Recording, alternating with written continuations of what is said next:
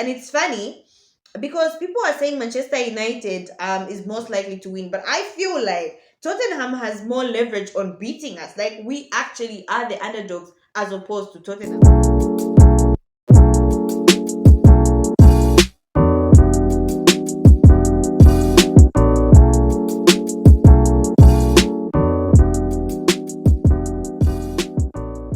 So hi guys, welcome back to my YouTube channel Football with Priscilla. I'm Priscilla obviously. So hi guys, welcome back to my YouTube channel. And yes, ladies and gentlemen, this smile is proudly sponsored to you by Manchester United, who beat Atletico Bilbao 4-1. So today, ladies and gentlemen, I just want us to talk about the Manchester United versus Atletico Bilbao game. But before we get into the video for today, make sure you share, like, and subscribe. Make sure you share, like, and subscribe, and do turn your notifications on, ladies and gentlemen, to know when next I post the video. And guys, don't forget, we are on the road to 600 subscribers, just like Manchester United are on the road to Athletic Stadium for the Europa League final versus Tottenham. Okay, let's get into the video for today. So ladies and gentlemen, this is the team that Manchester United fielded versus Atletico Bilbao. In goal, they had Onana. At the back, they had Lindelof, Harry Maguire, Lenny Yoro. Midfield, we had Mazarawi, Ugarte, Casemiro, and Dorgu. And then up front, we had Garnacho and Bruno Fernandes. And just in front of them was Rasmus Højlund. And for Atletico Bilbao, ladies and gentlemen, in goal, they had a goalkeeper whose name starts with A, because I can't pronounce his name. And I don't want to, mispronounce his name. So Atletico Bilbao's goalkeeper starts with A. You can go and look it up. In their backline, they had Gorozabel, they had Alvarez, they had Nunes, they had Bicheche. And then in their midfield, they had Jagueza and Ruiz.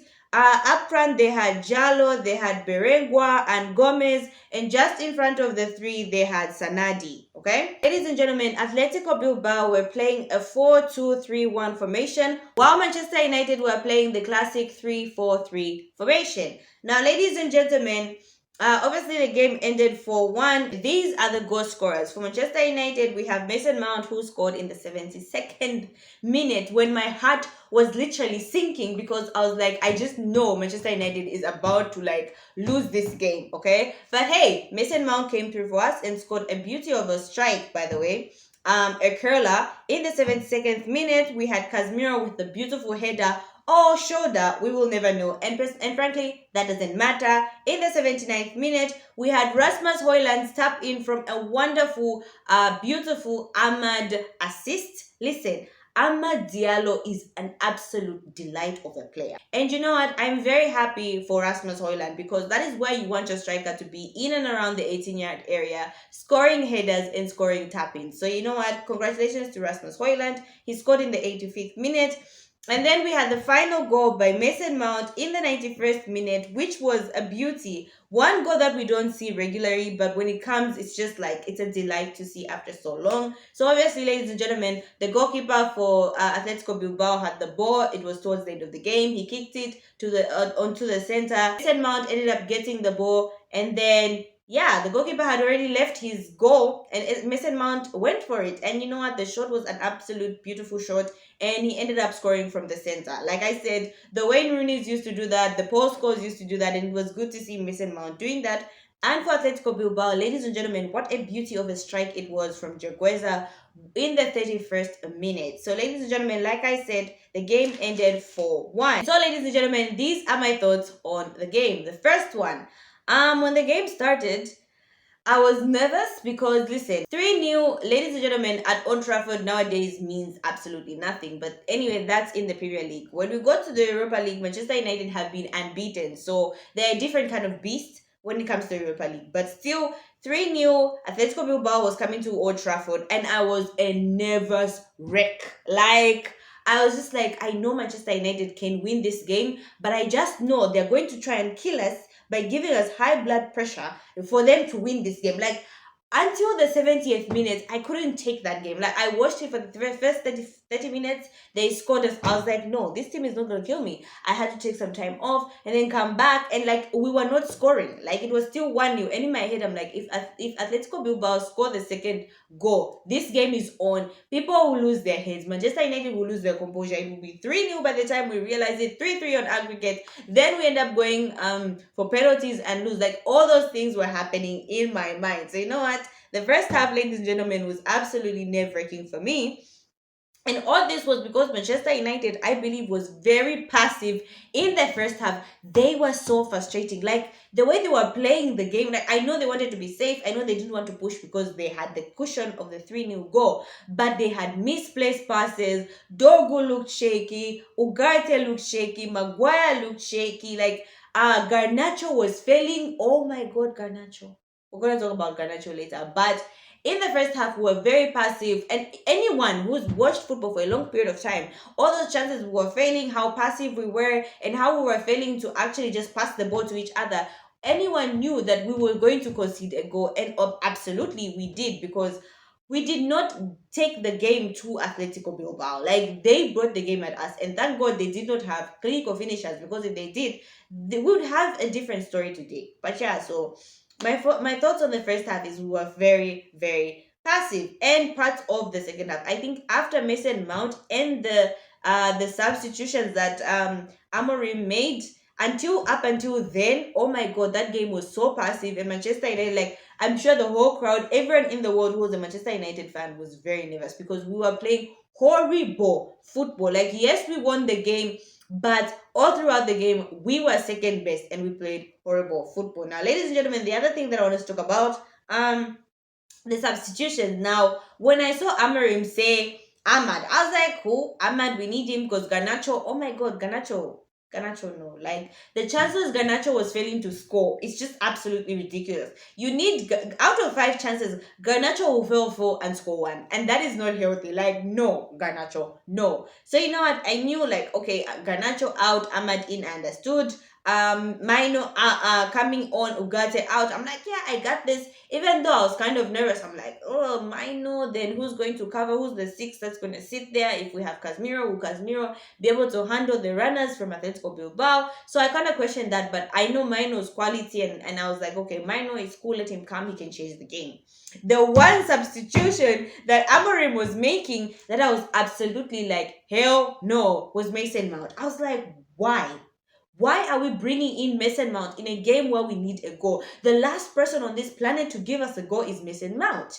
That was me in my head. But you know what? Amorim knew what he was doing. He was like, you know what? I'm going to bring Mason Mount on. And sure enough, right? The one player, if you've watched my videos, if there's one thing I'm consistent about, is Mason Mount. I keep on saying this.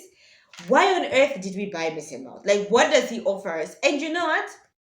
Granted, he scored 2 amazing goals, which have helped us get to the final of the Europa League and fingers crossed potentially win the Europa League. I will still ask this question, ladies and gentlemen, why on earth did we buy Mason Mount? Like, I don't understand what he offers Manchester United. People say he's a great player. Cool. I just think he's an average player at best. That I'm not saying he's a horrible player. For me, I don't overrate him the way people overrate him. But hey, you know what? So yeah, Amorim's changes, ladies and gentlemen, the substitutions were spot on. I think after Ahmad came in, the game just changed differently. There was a different spark.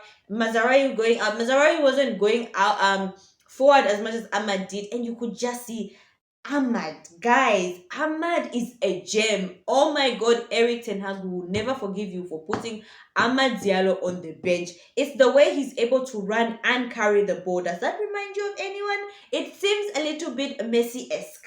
I'm just saying. But there was one play where he received the ball and nutmegged the defender and ran past the defender,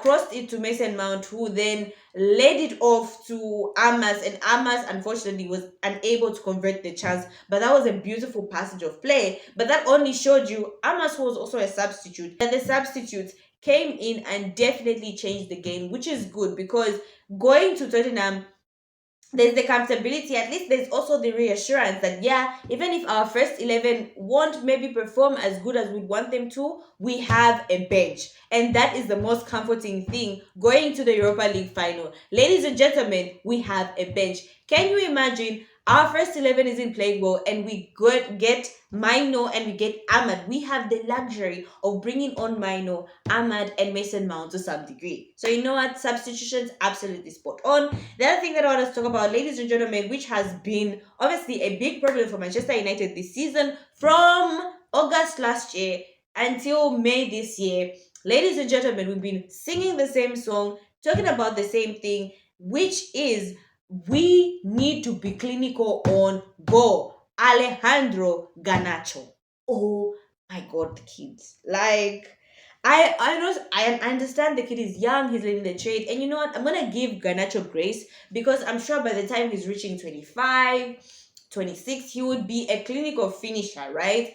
I'm sure as a kid, when he's up in front of goal, his mind is everywhere. Should I dink it past the goalkeeper? Should I go across the goalkeeper? Like, obviously, he has all those thoughts, and by the time he's actually shooting, it doesn't come off. But if you've watched football for a long period of time, you could tell that the chances that Garnacho was failing to convert, I was literally in my head saying, we're going to miss these chances because once Atletico Bilbao score, and they will score, and they did score. So, you know what, ladies and gentlemen, we need to be a clinical at goal. And this is not only for Alejandro Garnacho, Bruno Fernandes as well sometimes fluffs chances.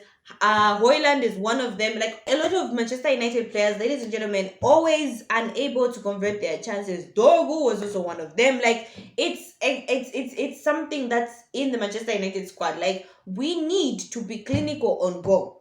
The other thing that I want to talk about, ladies and gentlemen, is our defense. I think our defense was okay, but our midfield was shaky. Casemiro and Ugarte were not linking, they were not in sync. Ugarte, I don't know, for the life of me, I feel like he was nervous because there were a lot of misplaced passes. A lot of the times they Atletico Bilbao players were able to get the ball off him. Like, he did not seem like the normal Ugarte that we're used to, the warrior, the beast on the pitch. Like, he was just so nervous. I think the nerves got to him. But you know what? I just want to say this. Our defense, I think, Lindelof, like, you know what? Credit goes to Lindelof. Like, he hasn't been playing a lot of games. He's just been playing here and there. And he's managed to hold himself down very well. And I was so worried about having Lindelof next to Harry Maguire. Kudos to Lindelof. He's been calm, he's been composed, and his experience has showed up. And you know what? He has actually added a lot, and he has been immense at that back line. So you know what? Kudos to Harry Maguire, Lenny Yoro, and Victor Lindelof for being the wall that they have been for Manchester United in the Europa League so far. Special mentions, ladies and gentlemen, like we always do. Special mentions, firstly, Lenny Yoro. How old is that kid? 18, 19? And the composure and the calmness on the ball. He's not afraid of being with the ball. He's not afraid of running with the ball. He's not afraid of receiving the ball. And also possessionally, I think he's getting in the hang of things. He's understanding, he's learning the trade. A few years from now, I can predict that Lenny Yoro will be an amazing defender because already we could see his traits. The run that he made for the Mason Mount goal, I think he's one of the ball carriers. He managed to carry the ball from the defense into the midfield and also up front. It's such a good thing that we could see a defender be able to carry the ball from the back line. Like, Lenny Yoro is an absolute gem of a defender for Manchester United. Another special mention, obviously, Mason Mount, who scored 2 goals, came off of the bench, super sub, managed to get 2 goals for Manchester United. But I will say this, ladies and gentlemen, sell him. Absolutely sell him. Next season, bye-bye Mason Mount, bye-bye Luke Shaw, bye-bye. Okay? Another player that I think has to have a special mention, ladies and gentlemen, Casemiro, who scored for Manchester United the second goal, which practically cemented our position in the final.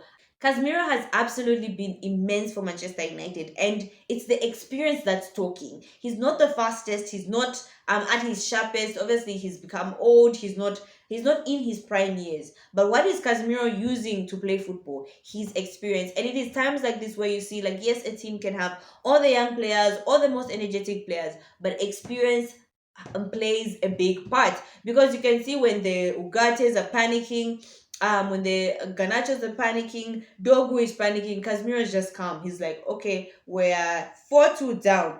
We can win this game still. And you know what? Kudos to him. He has been absolutely immense in this Manchester United Europa League campaign. Now, ladies and gentlemen, Manchester United faced Tottenham on the 21st of May 2025, our final of the Europa League. Now, I will not lie, guys. I am absolutely nervous for this game because personally, for me, I think I would have preferred we meet Atletico Bilbao, like a Spanish team, or Bodo Glint, Norwegian team. not a Premier League team. Like there's that familiarity. We understand each other. We've played each other. We know the physicality levels. We know the intensity levels. So it's going to be very hard to play Tottenham. And not forgetting the stats, we haven't beat Tottenham for I don't know how many years now. And it's funny because people are saying Manchester United is most likely to win, but I feel like Tottenham has more leverage on beating us. Like we actually are the underdogs as opposed to Tottenham. So you know what, ladies and gentlemen, as we are building up to this game, it's going to be very interesting seeing which players will be fit, seeing which Tottenham players will be injured. Like it's going to be absolutely interesting. We have at least a week or two to go until the 21st of May 2025. So it's going to be interesting how Manchester United is going to play in the Premier League and how they're going to get themselves ready for the Europa League. So yeah, so that's what I had for you guys today. Thank you so much guys for watching. Do comment down in the comment section, ladies and gentlemen, what are your thoughts on the final? Who do you think is going to win the final of the Europa League? Do you think it's going to be Manchester United, or do you think it's going to be Tottenham Hotspur? I would love to hear all your thoughts. So that's what I had for you guys today. Thank you so much guys for watching. Make sure you share, like, and subscribe. Make sure you share, like, and subscribe, and do turn your notifications on, ladies and gentlemen, to know when next I post a video. Bye guys.